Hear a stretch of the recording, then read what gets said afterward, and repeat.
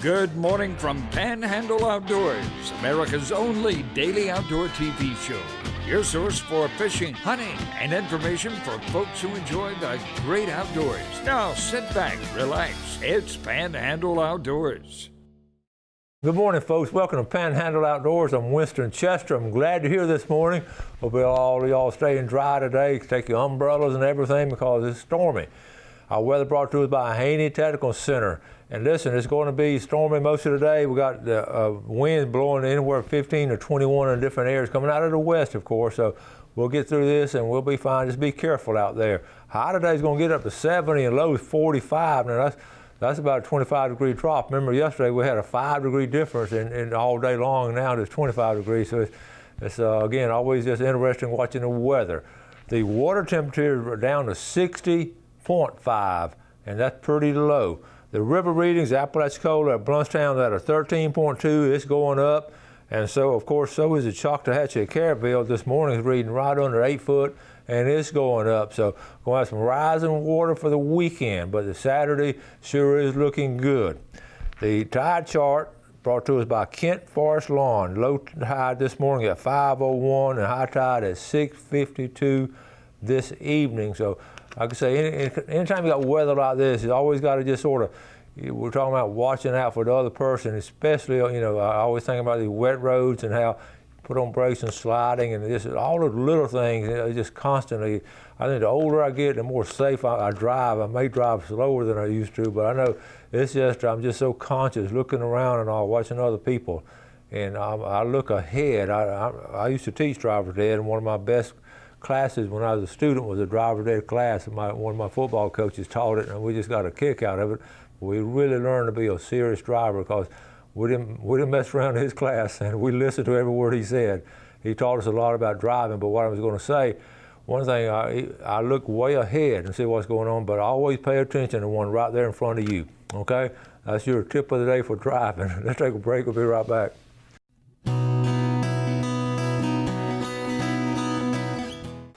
Okay, one thing we take pride in always offering our viewers the opportunity to, get things sometimes free. We give stuff away and all, and then sometimes we just offer to free from some of our viewers. So check this out. We got some free kittens to a good home. To appreciate this a whole lot, y'all got to know Powell Adams. Powell Adams, he's a retired FWC law enforcement officer, and he is, if y'all know Powell, call him up and ask him what time you can come by his house and pick up some of those free kittens. Powell, he's got a great sense of humor, and I enjoy the posts he puts on his Facebook page. But anyway, we'll start off with the free kittens. We've been talking, yesterday we spent a lot of time on hunting, okay, but now we're going to spend some time on fishing today. Now, how about that for Outdoor Show? This is John Duque with the Panama City Fishing, and they're just coming in. We've been talking about it for about 2 weeks now. And again, the what they call it, the convict fish or the sheephead are just coming in and getting this weekend is going to be a good time to go. Well, I'll talk about Tom Gurley's pictures. Tom used to be with us here on Fox 28, and check out this picture. Is that not a classic? That's one you want to put on the wall right there. I mean, that's just beautiful. Thank you, Tom. Someone posted this. We talked about this before. Shop local because Amazon wants to sponsor your kids' ball team. We talked about that a couple of years ago. Now it's sort of catching on. And we buy stuff off Amazon too, but we spend most of our things we buy here local. My buddy Alan Shepard, Alan the other day, Alan, you've seen me post catfishing pictures here. Okay, it's slow, okay? A lot of times I'm just showing you all kind of fish and all that. Alan catches a lot of fish. He's one of the best catfishing guys in the Florida Panhandle. He's in the top 3 or 4, I know. But here he is. He had a slow night. He was right there on the Apalachicola River, right there below the Chattahoochee Dam, and he's got it all rigged up. So that's some heavy duty. Look at those rods and all. That's some heavy duty stuff. And we promised each other we're going to go fishing together. We've been saying that the last 4 or 5 years, but I'm going to go up there one night and catfish with him. He's good, and we're going to talk about old times. We used to hunt together way back in the day. Frank Baker went to school with me. He posted this out of Quincy. He's got a farm up there. How do you like the name of his farm? Possum Neck Farm up there in Quincy. Frank and Shirley. Frank was a good ball player there in Quincy. His dad was my first Little League coach when I was like 8 or 9 years old. He put me at first base, and I liked it. So Anyway, Frank Baker, 2 eagles, they were eating 2 raccoons. Somehow they caught 2 raccoons. Is that not a great shot? And then they had some company. Check it out. How do the vultures always know something's around that they can eat? They just have this knack to know that. John Mink sent us into Panama City fishing. 43 brim and shellcracker and 3 warmouth. Got a fish there with his wife, and it was a good day right there. That's some good eating right there. Good job. A couple more. This is so, if you know exactly what I'm talking about, I don't have to explain this to you. Just sometimes sitting on a river, sitting around the water. A river is music to those that listen. You know what I'm talking about. All right, how about some funny stuff this morning? I went down to the paint store to get thinner. It didn't work. Ha, ha, ha. A lot of laugh on that one. Okay, here we go. February 29th. Okay, it's a leap year. Seasons of Hope, the Southeastern Dog Hunter Association. Remember we had that small game hunt. We showed Mason and with the guys up there from Tennessee, and they went on that rabbit hunt, and they're doing it here. It's going to be, if you want some information on it, give Michael a call, okay? And I've been to this one before. I'm tied up that weekend. I would go. They meet. They're going to hunt all day. Have breakfast. Big old breakfast up there. Is at a hunt camp, and it's going to be some really good stuff. Have lunch right there, and it's all really good. So call Michael Harris of Seasons of Hope. It's a 5th annual. It's a pre-spring rumble in the swamp. Good job. Okay, I'm gonna read this. It's from Greg Taylor. You remember the picture I had the other day with the bobcats? The Atlanta Audubon Society had gone down here to the St. Mark's National Wildlife Refuge and took some cool pictures. And one of them was a bobcat on top of the tree, another bobcat coming up, and I said they were fighting over the territory. You know, you saw them doing this. No, my buddy Greg Taylor, he sent me this email. I'm gonna read it to you. Hello, Winston. Hope you're doing well. Now, Greg has been a loyal viewer, and he watches everything I say, and I have a deep appreciation of that, believe me. I am not contacting to correct you, but on this morning's show concerning the photos of the bobcat, I am not a betting person, but I bet that bobcat number 1 is not trying to protect his territory. She is trying to protect her virtue until she is ready. It's a mating season for all cats, including bobcats, and all cats fight a lot during breeding season, and the light bulb went off. That's exactly what that was. And you've seen it too. Note that bobcat number 2 is twice larger than bobcat number 1, which would be the male-female. She just took a tree to try to get away from him. Love is in the air. Greg Taylor, broker associate and founding partner of Counts Real Estate. Greg, I sent Greg an email. Thank you so much for keeping me straight on that, because that, you know, you think it's going to be just fighting back and forth like animals do, but that was good. Thank you, Greg. Let's take a break. We'll be right back.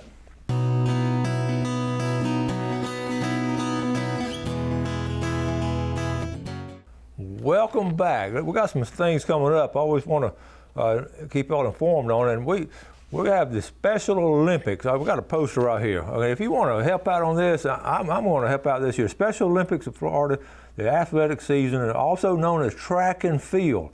They're going to start practice this Saturday, okay, at 9 a.m. at Tommy Oliver.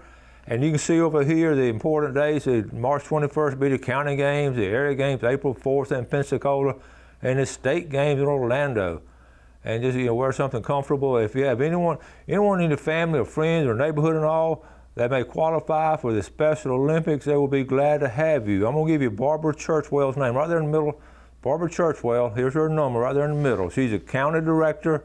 Barbara is just a hard-working a lady, and they just all work hard at this. It's 483-4871. And our own Jeff Beck, he's involved in it. He helps out. He's been going for years, driving them down to Orlando, and I'm going to be there. I'm going to be there Saturday morning. I'm going to help put on a clinic on track and field. The thing about track and field, it is just the number 1 natural thing a human body can do: run and jump. I mean, does it get any simpler and yet any better than that?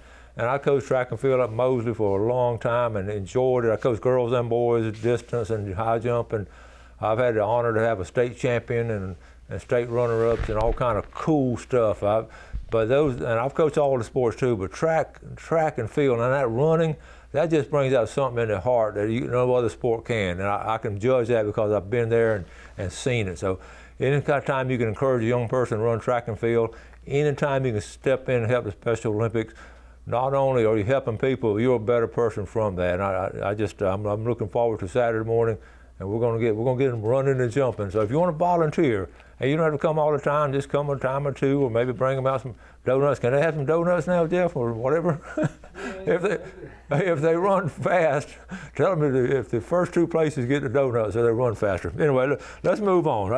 We're looking forward to that. Let's see.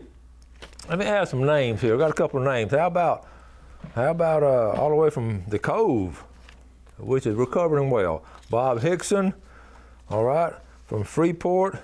Ted Schubert, along with Sharon Schubert from Freeport, and Jackson Schubert from Freeport. And now you're talking about an area that's growing, that's taking off. Freeport that's sort of the place to get to, and it's going to be, Port St. Joe's getting like that, so it's interesting. We yesterday with Billy on, I just enjoy having Billy on the show so much. He does such a good job, and Billy's a real deal, and what you see is what you get, and it's just refreshing to have people like that around you and all. So anyway, we talked about, he showed some pictures. He took his little grandsons out to grunt some worms. Hit a soft spot in my heart because when I was that age, I went with my Papa Jack over there at Papa Jack Mills in Hosford, Florida, and we'd go down there to the river swamp on a Saturday morning, and somehow I got to spend a weekend with Papa and Granny, and he would take my brother and I. Same thing you saw, grunting worms and all. And we'd put them in a can, and we'd get them in a can on Saturday morning, have some kind of lunch. I don't remember. I know it was some sardines and crackers. And after lunch, we'd go fishing with the worms we caught. And that was so much fun. I would give anything to have, get to do that a couple more times. But anyway, people are still doing it. And they've kept the tradition going. I know down at Sop Choppy, they have the Worm Grunting Championship. And they'll rope off a string off an area and put you in this sort of, the contest is sort of like a fun kind of thing. They have a festival and those kind of things they're doing and all. Okay, so now, remember I was showing some pictures with do-it-yourself deer blinds, how we got into that and all. I found, I don't mean to keep doing this, but this is my deer house made out of a sleeper off of a big truck. Now check this out, folks. You know the big semis, the back end they have the sleep. This guy, I keep thinking, what else can I do next? I just get a kick out of it. Here it is. That's a sleeper. It's got a cover, and look on the inside of it though. I guess it's comfortable, but I'm sure he found that at a junkyard or something. I'm sure it didn't cost him much money, but he was able to do that, and I just got a kick out of that. Now coming up, and it's going to be really exciting because guess what's coming up? February 12th through the 16th, the National Wild Turkey Federation, a big thing they have in Nashville every year, sponsored by Mossy Oak, and I know a group of y'all are going. I know Ken's going up there, and it's a week long. It's the 12th through the 16th, and if you have, it's a 44th annual one, and they just do all kind of. I mean, it's an agenda. They have all kind of. They have like on the agenda to tell different things to do for the land, for the habitat. They have special guest speakers come in. You can go online there and just see some of the different things. I looked at a floor plan. Check out the floor plan. I may get witness if she'll run. She don't live too far from there, so run up there and maybe do some video. And I was interested at the different floor plans and the cost of the booth and everything. Let's see, then they have auctions, silent auctions, all kind of cool stuff. They're gonna raffle off a gator. And let's see, ladies auction. How about a Bass Pro Tracker UTV? They're only 100 chances to win, $500 chance. I wonder if I can afford that. All right, then this is what I do Thursday, Friday, Saturday. Have competition. You can imagine, you're talking about the world's best competition right there. And then a couple of other things. Let's see, this is just scheduled events. And one, again, I think I got that a couple of times. Oh, I want to know the cost of it. Okay, if you want to get a corner booth, you can get a table up there if you want to sell any of your stuff. Corner booth is $900. Now, it's too late for this year, but next year. And then each section's premium section, you add on to that. So anyway, that's how these conventions work in Las Vegas and Nashville and different places. Quick picture of Becky David Bird sent a picture of his wife, Becky. She's had a good year. And she got a coyote this time. She wrote she was saving the fawns and turkeys. I got a big male coyote.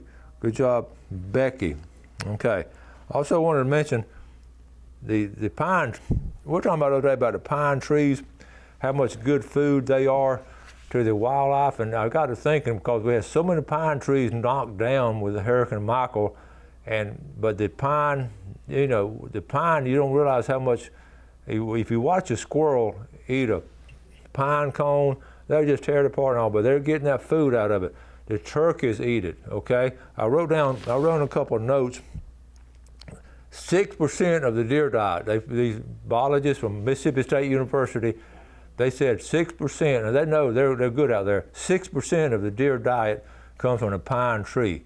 And I had no idea of that because, we're always talking about acorns and stuff like that, where mainly with the mast.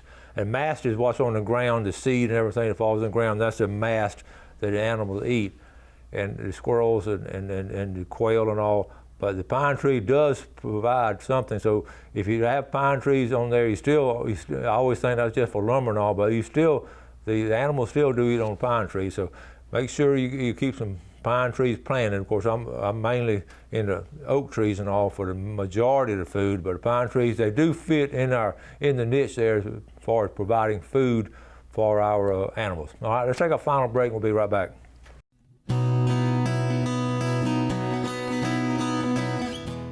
Welcome back. Glad you're with us this morning. Let's take a look at our fishing game times today, brought to us by Blue Water Outriggers in Port St. Joe. Looking at 9:29 to 11:29 this morning, and this evening 9:58 to 11:58. And both of those times are going to be a little stormy, so if you're out there, be careful with it. I sent this picture. You may have seen it. I heard it on the news about. I'm always interested in talking about great white sharks, and this one was pinged about 100 miles offshore. I sent it. My 5 grandkids. I sent them a picture of it the other night. I said this shark is 500 miles. I'm sorry, it's 100 miles. This is a particular shark. It actually shows a 1. This was tagged, and this one's this morning, less than 100 miles offshore from Panama City Beach. This is factual because here's the O-search, and here's where they tagged it up there on September 29th, the first ping, September 29th. And you see how it sort of worked its way down the Atlantic coast? Is this not a classic case of where they're going? Coming on down, the water got cold up there. And now down here in Florida, I don't know how it cut across, but you know what he did? He pinged, and when he got around there, how do they know to turn and then come up into the Gulf? How do they know that? I mean, why wouldn't they just keep going down there to Cuba and all? But the first ping was a couple of days ago, but now he's moved in a little bit closer over there by Apalachicola. Y'all not free either, so I just got a kick out of. And of course, the grandkids, they don't have a kid. Oh my God, are you serious? And so I tell them shark stories about that kind of stuff. I also went by, Tuesday afternoon, ran down by and checked on BJs Marine, and it was just a classic scene. They were out in the back and sort of in the yard. Tuesday was a beautiful day, and walked in. He was out. And I heard a motor running, and I knew it was a small engine, and it sure was. Walked around and saw it, and it went to it. Had the cowling off, and a little 6 horsepower. And I said, that sounds so good. He said, Coach, this is a 1989. I said, you got to be kidding. And we started talking about motors, and those small motors always remind me of my dad and his small motors. They never had anything big, and little river motors. And I said, that just goes to show you, if you take care of a motor, get it serviced on a regular basis, how it would just keep running. I mean, the ones that don't run are the ones not taking care of it.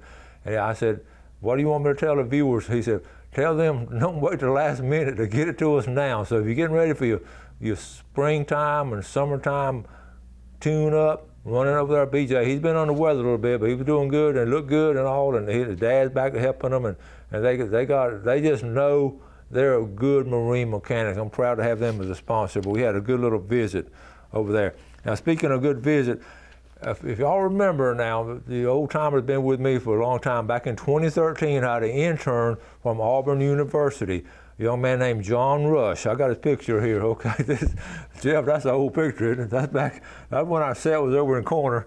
That's John, he's half asleep, and that was him catching some fish. That was in 2013. He loved fishing. There's a Panhandle Outdoors cap, and he went up, I told him about fishing off the pier, and that was one of his caught off the shark. But John, and I've kept up with John, and he's John. In fact, Gail and I went up to the wedding. He got married up in Athens, Georgia. He and his wife, and she was a student at the University of Georgia, and they made a home outside of Atlanta.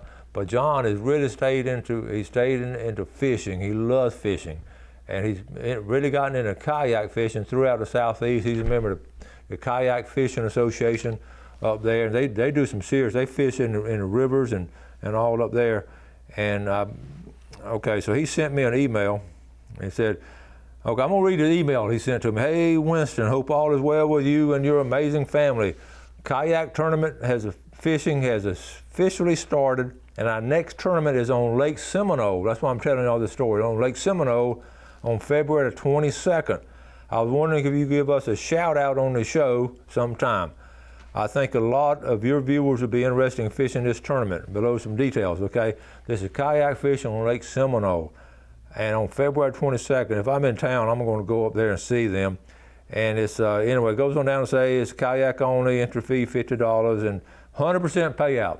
So a lot of those boys from Georgia are coming down to fish Lake Seminole, so I want to get word out. Brad Stevens and all of our kayak guys, and they love to fish. Y'all run up there, because he said, I would love to have some of you Florida boys come show us Georgia guys how to catch big largemouth out of Seminole. I'm missing the times being on the show with you, John Rush. He's such a pleasant young man. So I'm going to talk about it some more, though. Go and put it in your calendar, and I'll find out what landing it is and all. But it's going to be a kayak fishing tournament up there on Lake Seminole, and I'm just so proud of them for doing that. And like I say, he had this passion. He loved fishing, and how he talked to his professors and counselors up there at Auburn University to amaze me. He talked them into going to Panama City, being on this crazy TV show, and getting a semester's credit for his internship, and he did it. So anyway, John, it's great to hear from you, but he got a credit. We got to get out of here. Tomorrow we'll be giving away some fish and all. Be careful today. Do something good today for your fellow man, and God bless. Thanks for watching America's only daily outdoor TV show, Panhandle Outdoors with Winston Chester, featuring hunting, fishing, and other activities and information to help you enjoy the great outdoors. Join us next time for Panhandle Outdoors.